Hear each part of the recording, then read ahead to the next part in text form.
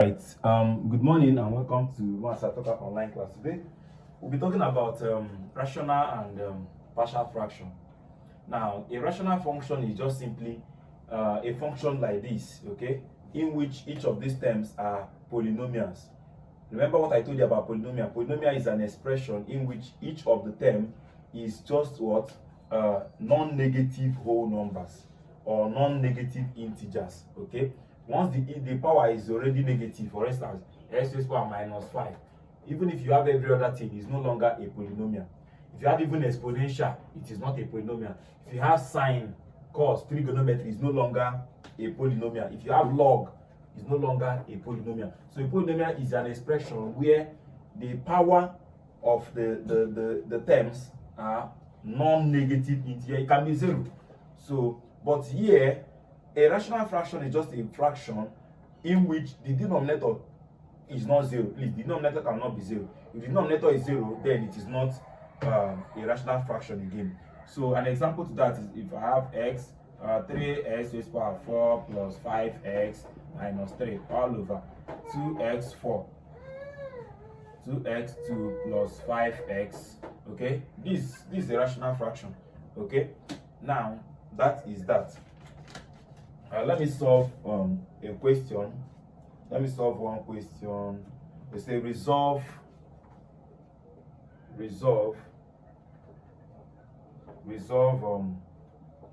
over x minus 1 minus 2 over x plus 1 into a rational fraction. Now, how do you do this? This is simple, okay? It's as good as the way you solve your normal LCM, your normal fraction. Maybe 1 over 4 plus 2 over 3. What do? The first thing you do is to find the LCM of this and this, which is 12. 12 divided by this, 3. 3 times 1, 3. The person down is divide. The person up is times. 3 divided by this, 3. 3 times 1, 3. 3 divided by this, 4. 4 times this, you have 8. So both of them is giving me what? 11 over 12. As simple as that. The same thing is what we're going to do here. So I'm having 3 over x minus 1 minus 2 over x plus 1 is equal to, the LCM is what? X plus 1 and s minus 1. S minus 1 and what? S plus 1. Okay? Now, if these two things divide this, is remaining this one, because this one will cancel this one. This one times 3, I'm having 3 into x plus 1 minus this minus these two dividing this one, this plus will cancel this plus, remaining this one times this again, I'm having 2 into x minus 1. So what do I have? Clear the bracket. This time this I'm having 3x, this time this I'm having what? 1. Hope you are seeing the board. Minus 2 times this I'm having what? Minus 2x, minus times minus plus 2 times 1, 2 all over. If you look at the denominator very well, I taught you something that is called difference of two squares. Difference of two squares said the first one minus the second one is multiplying the first one plus the second one.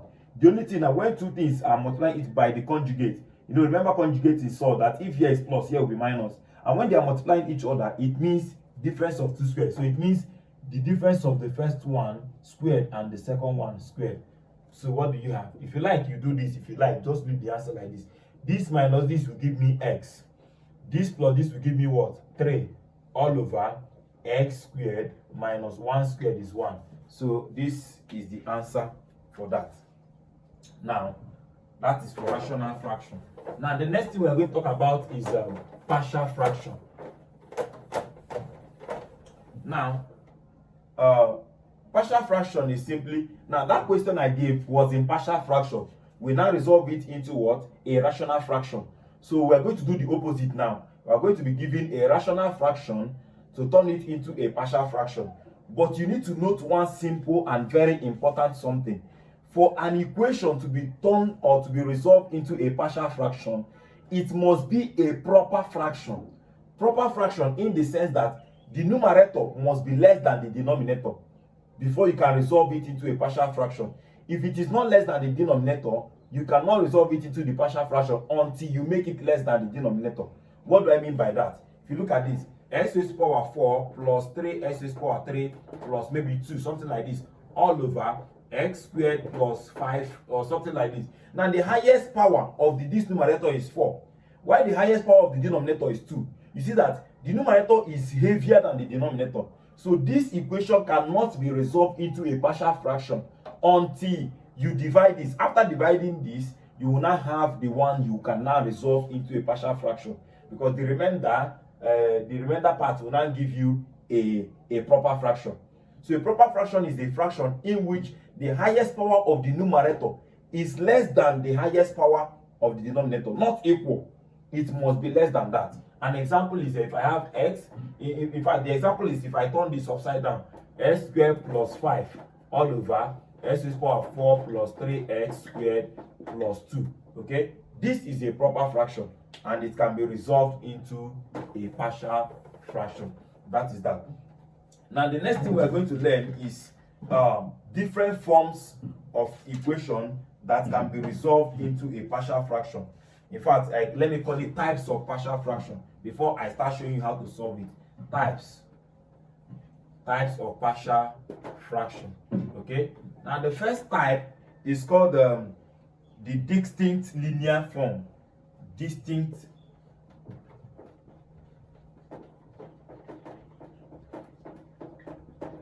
Now, for the distinct linear form is when you have a linear equation, okay, at the denominator. Distinct, they are not the same.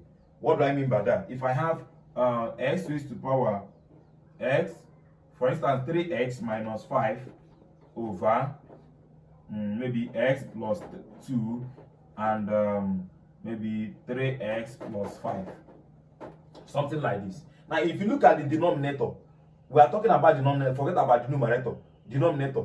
Now this is a proper fraction because the highest power here is 1, but the highest power here, if I clear this bracket, this time this, I'm having x squared. So 1 and 2, you see that this is a proper fraction. Now it is a distinct linear form in which that the denominator is a linear equation. For we are not talking about the numerator, please. Where the concentration is at the denominator. Is a linear equation because the linear equation is the equation whereby the highest power is 1. The both of them are linear equations and they are distinct. Distinct in the sense that they are not the same thing. So how do you do that? You do that by saying a over x plus 2 plus b over 3x plus 5. Now let me show you what I mean by this. Please, in resolving something into a partial fraction, if the denominator is a linear equation, the numerator is going to be constant. Are you getting me? Constant means to put it in a proper fraction, it must be in a proper fraction. So if for instance I have x squared plus 5 x plus 3, anything, the highest power here is a quadratic equation too. The numerator must be a linear equation. So my numerator should be what? Ax plus c, plus b, sorry. It must end in constant, is a must. So if it is raised to power 3 like this, x raised to power 3 plus maybe blah blah blah, anything that follows, the numerator must be what? A quadratic, which is what? Ax squared plus what? Bx plus c. Are you getting it? If it is raised to power 4, it will start from what? Raised to power 3, raised to power 2, raised to power 1, and without raised to power. If it is raised to power 100, it will start from 99 to 0. So that is how the form is, okay? In fact, let me just let me not be listing them out like that. Let me just show you all of the types you are going to see. So that is that. Then the next type, and we don't repeat any alphabet. As you can see that when I use A here, I now use B. When I use A, B, C, you don't repeat any alphabet. So that is that. So the next one you are going to see, I don't want to start listing them one after the other. The next type you are going to see is when you have something like this. Maybe 3x plus 5 like this all over x plus 2 all raised to power 2 like this. Okay, when it is in this form, the power is outside like this. Look at this. We arrange it in, you can arrange it descending form or ascending form, anyhow you want it. Okay, but I like arranging in ascending form, or okay, in descending form. So what do I have? I'll have A. Why I'm having A is because the inside is a linear, so I'm going to have constant all over x plus 2 all squared. I will repeat this. Then plus, the next one will be what? B all over x plus 2 all 1. You stop. Okay, that is for this type. So, but if it is 3, I'm going to have 3, 2, and 1. If it is 5, you're going to have 5, 4, 3, 2, 1. That is the method of this one.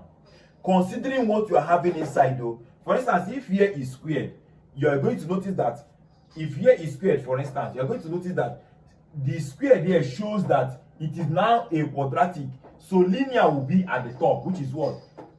Ax plus what? B. For this one, 3. Because of this thing, you come again. Cx plus D. 2. Ex plus what? F. Don't repeat any alphabet. So these are the only two things you consider when finding or expressing any equation as a partial fraction. There is no other type you will be asked. Just that 3 types. Okay. So the next thing we're going to do is resolving it into a partial fraction. So what do you think will happen if you have something like this? Maybe you have maybe 3x squared plus 2x plus 1 all over maybe x plus 5 and x squared plus 2x plus 3. Okay, now if you look at this, let's check if it is a proper fraction first by saying x times s squared here will give me s cubed, and s cubed is greater than s squared, so it's a proper fraction. So but what do you think to express it into a partial fraction? What do you think? The first one is a linear, so I'm going to have what? A constant all over x plus what? 5 plus. Now the second one is a quadratic, so the up is going to be a linear, so I'm having s squared plus 2x plus 3 is a quadratic. So what I'm going to have is what? A linear, and the linear is what? Since it's 2, I'll start from 1. Ax plus b. Is this correct? No, because I repeated an alphabet. Don't repeat. You start from what? Bx plus what? Plus c. As simple as that. Then you start resolving. Okay.